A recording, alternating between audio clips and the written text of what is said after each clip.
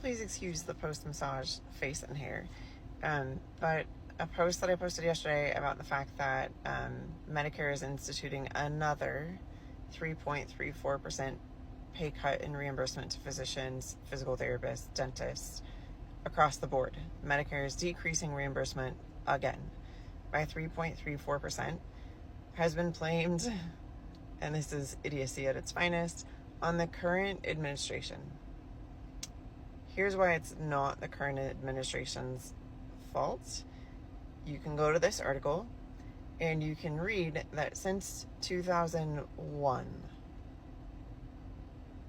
so both Republicans and Democrats have been a part of this, pay cuts have totaled more than 26% when a physician bills a code to Medicare.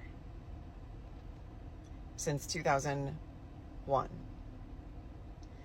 There was a slight freeze on that while Obama was in office, where we only lost 1%, where every other year we've lost at least 2%. And 1 year, prior to Biden, we lost 9% in a single year. 9% in a single year. I don't know about you, but I can't afford to take a 4 to 9% pay cut every year. The healthcare system in the United States, it's broken. Physicians are walking away from the field. The physical therapists are walking away from the field. Dentists are walking away from the field. Surgeons are walking away from the field because the amount of paperwork we are required to do in order to get one claim paid is absolutely insane. More and more MDs and other medical providers are becoming health coaches because they don't have to worry about your insurance then. They can skirt around it because their services wouldn't be covered anyway. And by becoming health coaches, they can actually bypass the things that your insurance company makes them do to get you what you actually need in 5 years' time and get it to you today. This summer, a bipartisan bill to change the way that Medicare cuts reimbursement has been tried to be attempted to be attached to inflation. Because inflation went up 8%, yet we're taking another 3.34% pay reduction. And if you're not sure, all of the other insurance companies typically follow suit with that. And in fact, in the state of Colorado,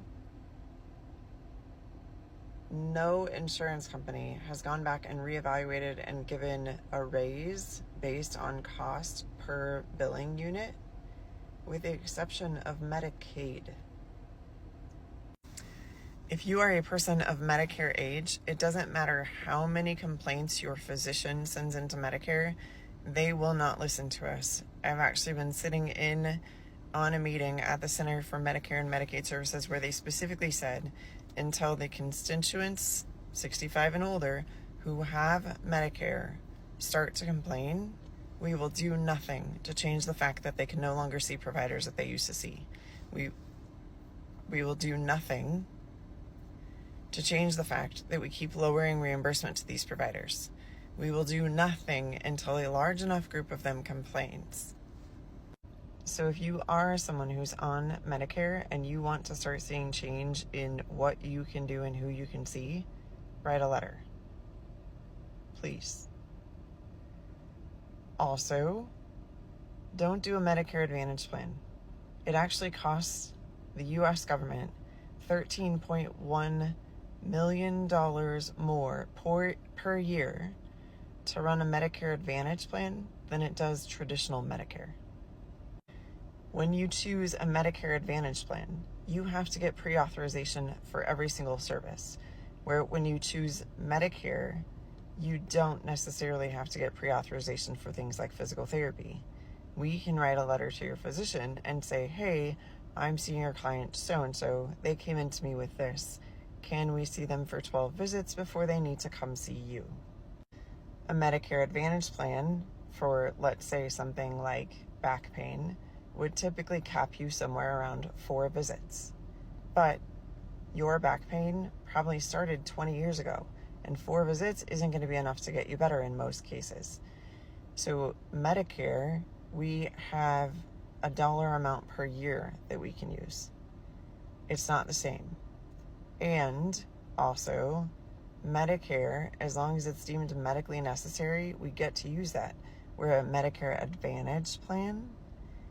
We have to say, can you please allow us to see this client because they're having this pain? And they get to say yes or no.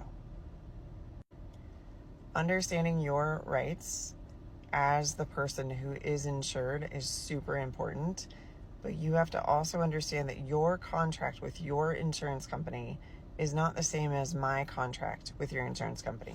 Right now, I don't take your insurance, so it doesn't matter, but it's different than the contract that your provider has with your insurance company. They are not allowed to talk to you about how to advocate for yourself. You have to figure out all of that on your own. If you want to learn how to advocate for yourself, I'm happy to teach a class on that.